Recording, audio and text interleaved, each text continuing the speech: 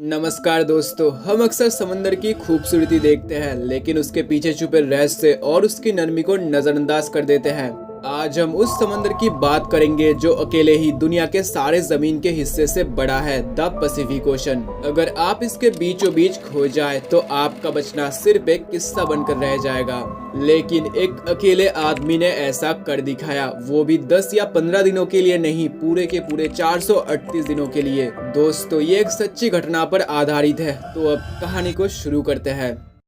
तो बात शुरू होता है 17 नवंबर 2012 को मैक्सिको के माहिर मछुआरे होजे सल्वाडोर एल्वारेंगा और उनका युवा साथी एजेक्विल कोर्दोबा को दिखाते हुए। ये दोनों अपनी 7 फुट की बोट लेकर निकले। उनके दिल में खुशी थी, दिमाग में 30 घंटे की मछली पकड़ने की योजना। उन्हें क्या पता था, ये उनकी जिंदगी का आखिरी प्लान था। वो कोस्ट से 120 किलोमीटर अंदर गए और सब ठीक था जब तक पैसिफिक ओशन ने अपना गुस्सा नहीं दिखाया। अचानक आसमान को चीरते हुए एक भयानक तूफान आया। होजे और इज़ेक्विल पूरी ताकत से तूफान से लड़ते रहे, लेकिन उनकी किस्मत ने उन्हें एक ऐसी जगह लेकर छोड़ दिया जहां ना उम्मीद थी ना सहारा।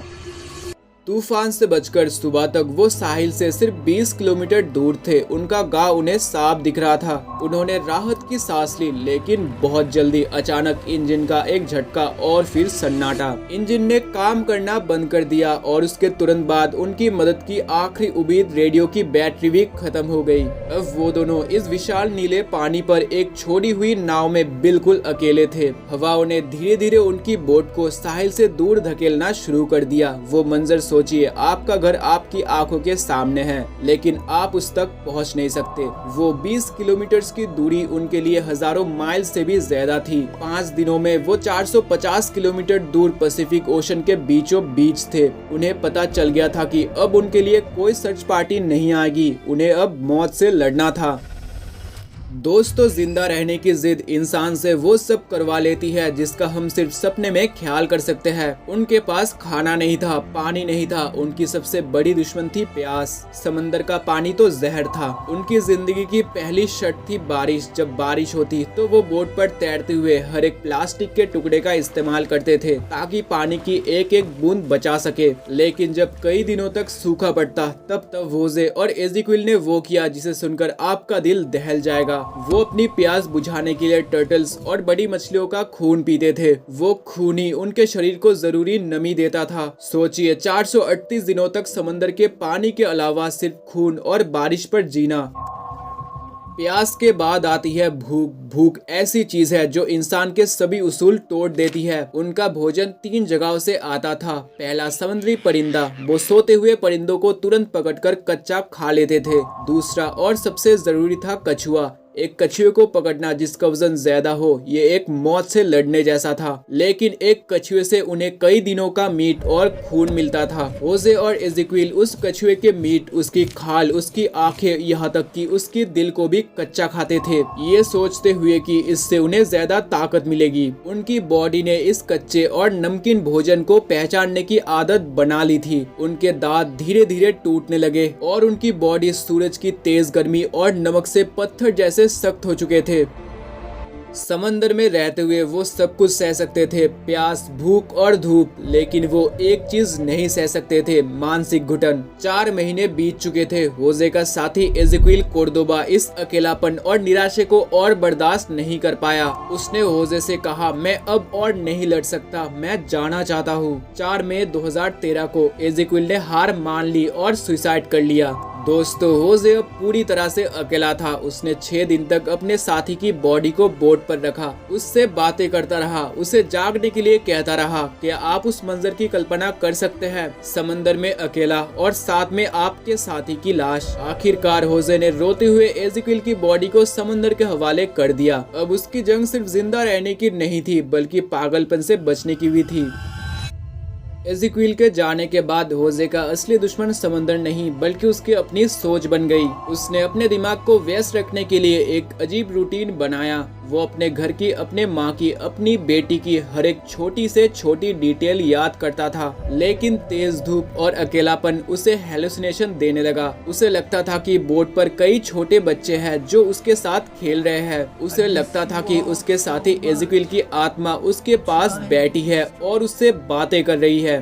जब भी उसे डर लगता वो तेज चिल्लाता था। वो बार बार अपने आप से कहता था, मुझे जिंदा रहना है, मेरी बेटी मेरा इंतजार कर रही है। दोस्तों, इस समय उसका दिमाग ही उसका सबसे बड़ा दोस्त और सबसे बड़ा दुश्मन था। दिन गुजरते गए और फिर महीने। होजे की बोट उस ब्लू डेजर्ट में एक तिनके की तरह तैर रही थी। रात में उसे तेज बारिश और ठंड का सामना करना पड़ता था और सबसे डरावना पल होता था जब बड़े बड़े शार्क्स उसकी बोट के पास आकर घूमने लगते थे। होजे को पता था कि अगर वो बोट से गिरा तो उसकी मौत तुरंत हो जाएगी। उसकी स्किन जो धूप से जली हुई थी उसे ज्यादा देर पानी में नहीं रहने देती। शार्क का उसकी बोट के आसपास आना उसे हर पल याद दिलाता था कि वो सिर्फ एक शिकार है। उसने अपने कपड़ों के फटे हुए टुकड़ों से खुद को ढकने की कोशिश की। हर दिन एक नई मौत से बचने की कहानी थी। 9 महीने बीत चुके थे। होजे अब अपनी जिंदगी की आखिरी हद पर था और तभी एक चमत्कार हुआ। दूर समंदर में उसने एक कार्गो शिप देखा। उसकी आंखों में आंसू और उम्मीद एक साथ आ गए। उसने अपनी पूरी ताकत से चिल्लाया। उसने बोट के टुकड़े हिलाए। उसने हर तरह से सिग्नल देने की कोशिश की, मगर दोस्तों वही हुआ जिसका डर था। इतने बड़े पैसिफिक ओशन में उसकी छोटी सी बोट नजर नहीं आई और शिप उसे नजरअंदाज करके वहां से चली गई। उस पल होजे बोट पर गिर गया और रोने लगा। उसकी जिंदगी की आखिरी किरण भी बुझ गई थी। लेकिन तभी उसके दिमाग में एक आवाज आई, अगर तू हार गया तो एज़ेकिएल की मौत और तेरा ये सफर तो बेकार हो जाएगा। और इसी के साथ होजे ने ये झटका भी सहन कर लिया और एक बार फिर वो मौत के मुंह से वापस आ गया।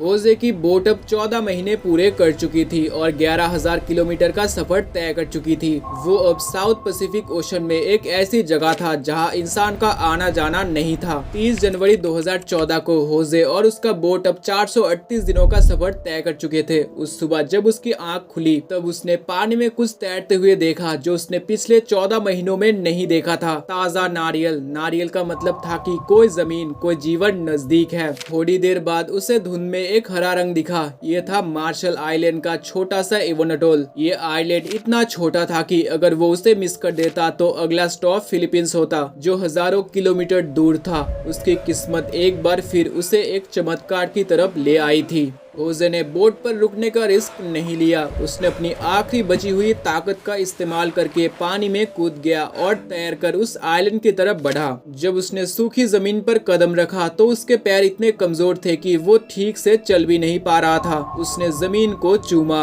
वहाँ उसकी मुलाकात लोकल से हुई। जब उसने अपनी कहानी बताई तो उन्हें यकीन नहीं हुआ। उन्होंने एक अजीब सा इंसान देखा था, लंबे बाल, फटे हुए कपड़े और हड्डियों का एक ढांचा। लेकिन जब उन्होंने उसकी बोट देखी तो वो समझ गए कि ये कहानी सच है। होजे सल्वाडोर अल्वारेंगा 438 दिनों तक समंदर से लड़कर मौत को हराकर जिंदा वापस आया था।